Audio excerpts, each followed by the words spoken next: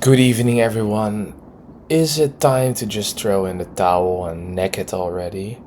Like, at this point, I've been living with extremely severe depression depression for a very long time. But when I say extremely severe, I would say the last 3.5 years.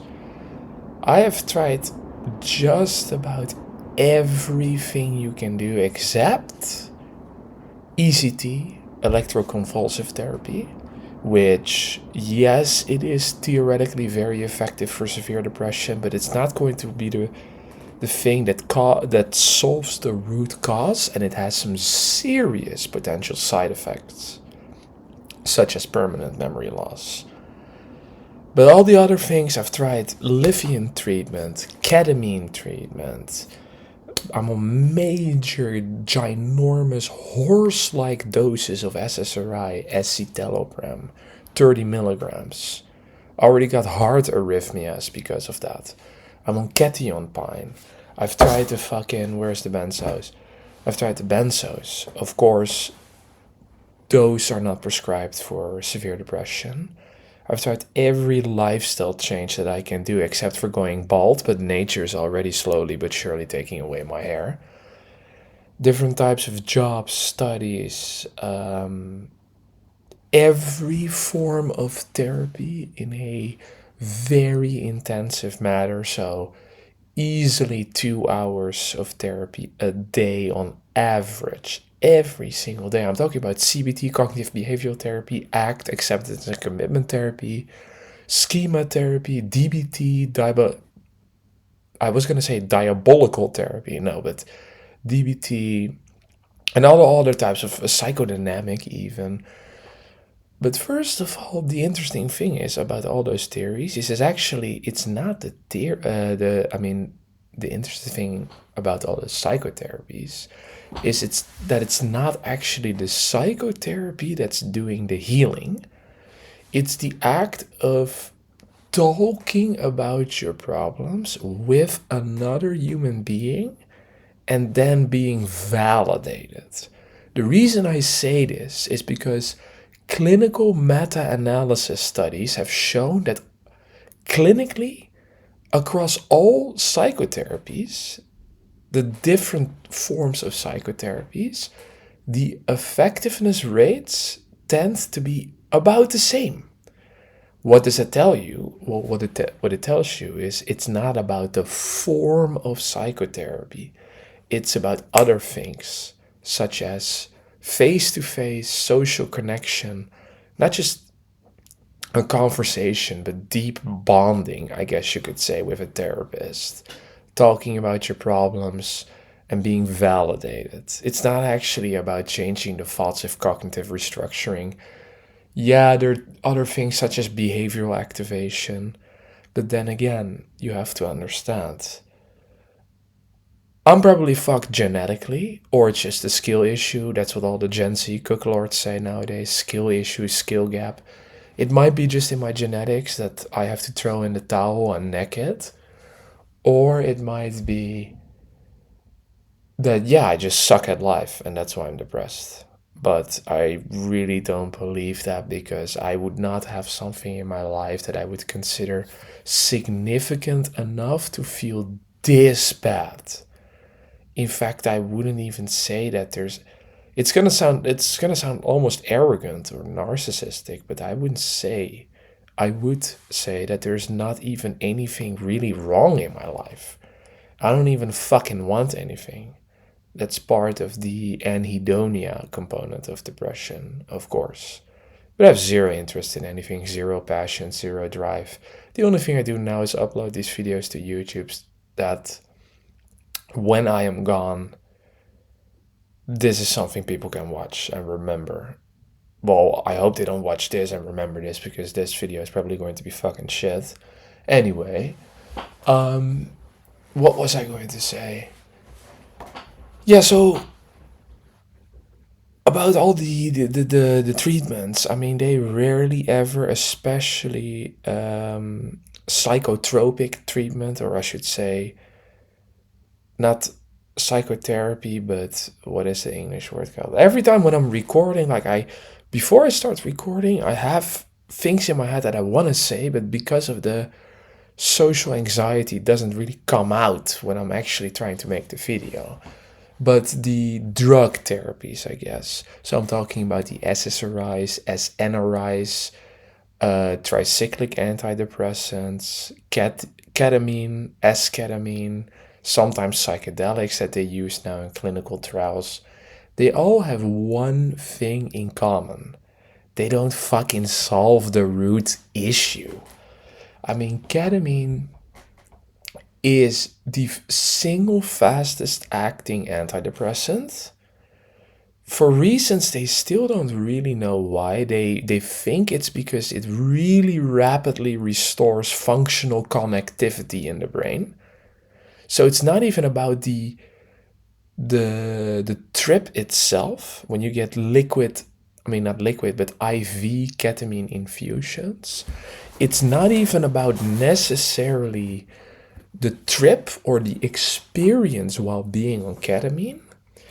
It is the neuroplasticity and neurogenesis that happens hours after the ketamine trip that researchers think is the reason why these antidepressant effects happen.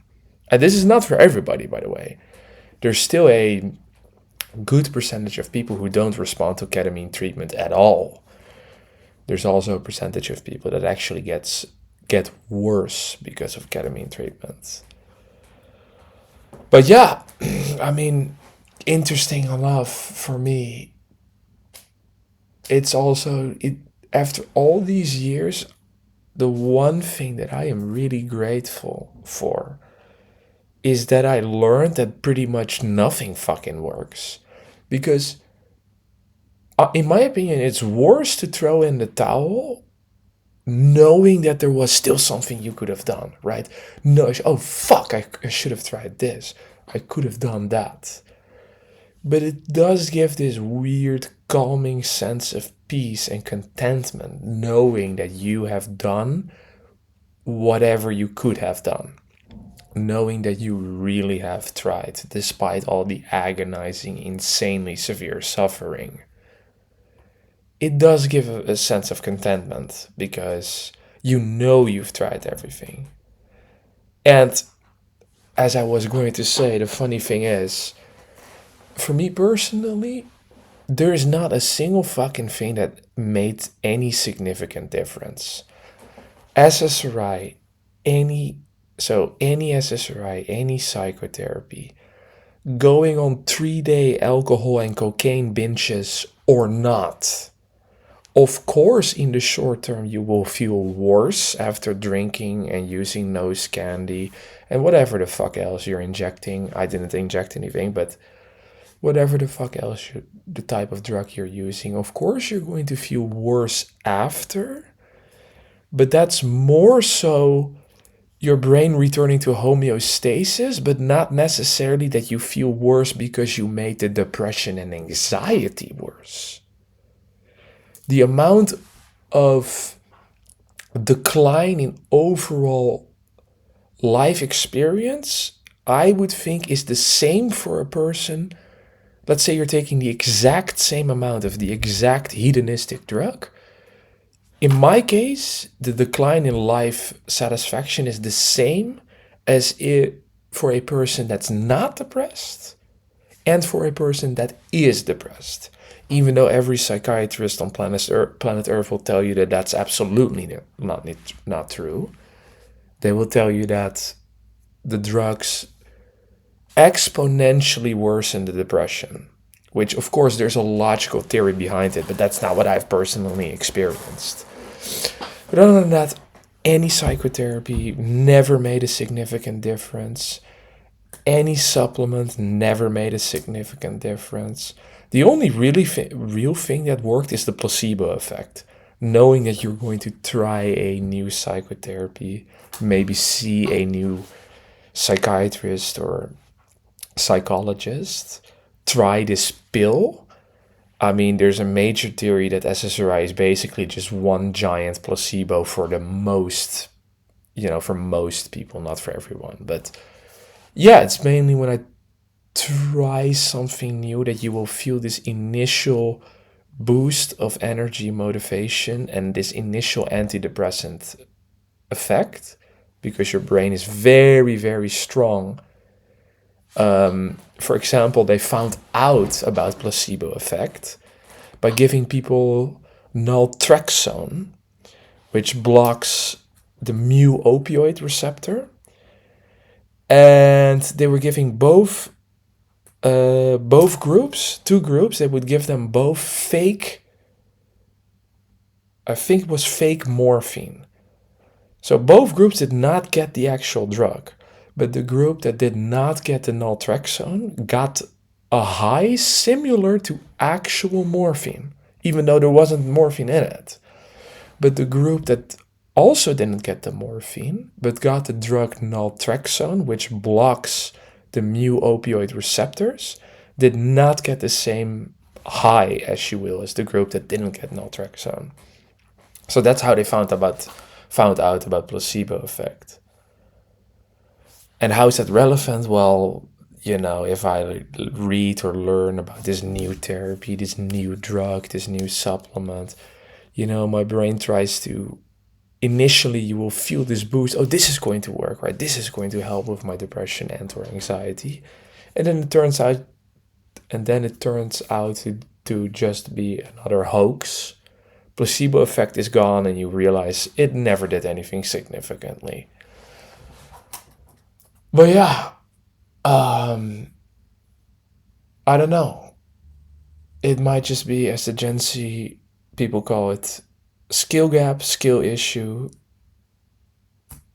or I got fucked genetically. But yeah, severe depression will slowly but surely destroy every part of your life and take your soul. And fucking, yeah. Thank you for watching.